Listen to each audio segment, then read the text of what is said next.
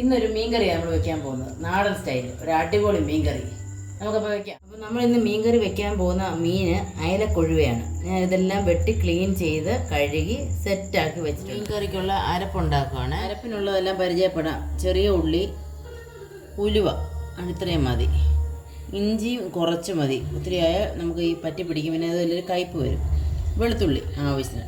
കുരുമുളക് ഞാൻ പൊടി ഇടുന്നതുകൊണ്ടാണ് കുരുമുളക് ഇടാത്തത്. ഇത്രയും സാധനമാണ് ചേർക്കുന്നത്. ആദ്യം നമുക്ക് എണ്ണ ചൂടായി ചുവന്നുള്ളി ഇടാം.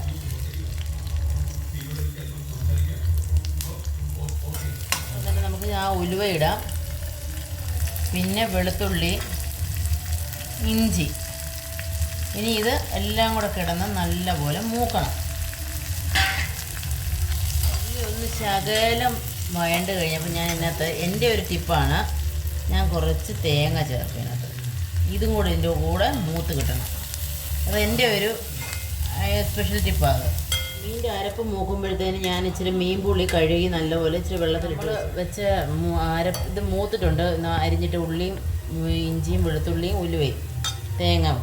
ഇനി അതിനകത്തേക്ക് ഞാൻ മല്ലിപ്പൊടി, ശകലം മല്ലിപ്പൊടിയേ ചേർക്കുകയുള്ളൂ മീൻ കറിക്ക്. ഞാൻ മല്ലിപ്പൊടി ഒരു ശകലം, മുളക് പൊടി കറിക്ക് നമുക്ക് കറി വേണ്ട എത്രയും വേണം ചേർക്കാൻ. അരപ്പ് എത്ര വേണമെന്ന് വെച്ചാൽ ഞാനൊരു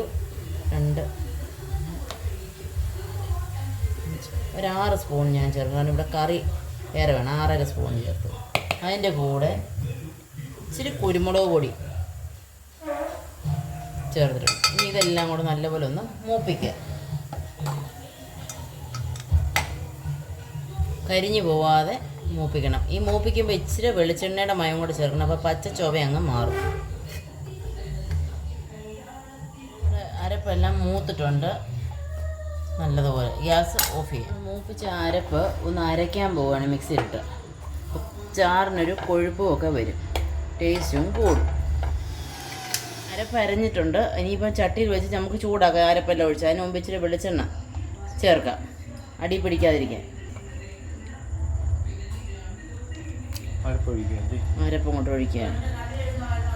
ഇനി അരപ്പങ്ങോട്ട് ചേർക്കാം. ചട്ടിക്കകത്തോട്ട് ഒഴിച്ച് ഇനി ഇതിനെ ഡൈലൂട്ട് ചെയ്തിട്ട് ഇതൊന്ന് തിളപ്പിക്കണം. ഉപ്പ് ഇട്ട് പുളി ഇട്ട് നമുക്കൊന്ന് തിളപ്പിക്കണം. ആവശ്യത്തിനുള്ള അരപ്പിനുള്ള വെള്ളം ചേർത്ത് നമ്മൾ തിളയ്ക്കാൻ വെച്ചു. ഇനി ഇപ്പോൾ ഉപ്പിടണം. എനിക്ക് കൈയളവ പരുവത്തിന്. ഇനി പുളി കൂടെ ചേർക്കാം. ഞാൻ കൂത്ത് വെച്ചിരുന്ന പുളിയാണ് ഇടുന്നത്. അതിൻ്റെ വെള്ളം കൂടെ ഞാൻ ചേർക്കുന്നുണ്ട്, കാരണം നല്ലപോലെ കഴുകി വൃത്തിയാക്കിയതാണ്. അപ്പോൾ പുളിയുടെ സത്ത് നല്ലപോലെ ചൂടായിട്ടുണ്ട്. നമുക്ക് മീൻ പറക്കിയിടാം. മീനും അരപ്പൂടെ കിടന്ന് തിളച്ച് അതേ മസാല പിടിക്കണം നല്ലപോലെ.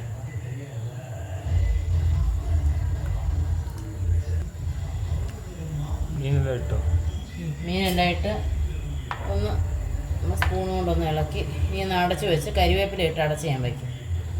നമ്മൾ കറിവേപ്പില ഇടുകയാണ്. അവിടുന്ന് തിളക്കട്ടെ. തിളച്ചൊന്ന് കുറുകി, തിളച്ച് ഒരുവിധം കുറുകിയിട്ടുണ്ട്. ഞാൻ ഉപ്പ് നോക്കാം. ഉപ്പും പുളിയെല്ലാം പരുവത്തിനായിട്ടുണ്ട്. ഇനി ഇച്ചിരി കരിവേപ്പിലയും കൂടെ ഇട്ട് വെളിച്ചെണ്ണയും ഒഴിച്ച് മീൻ അടച്ച് വയ്ക്കുക.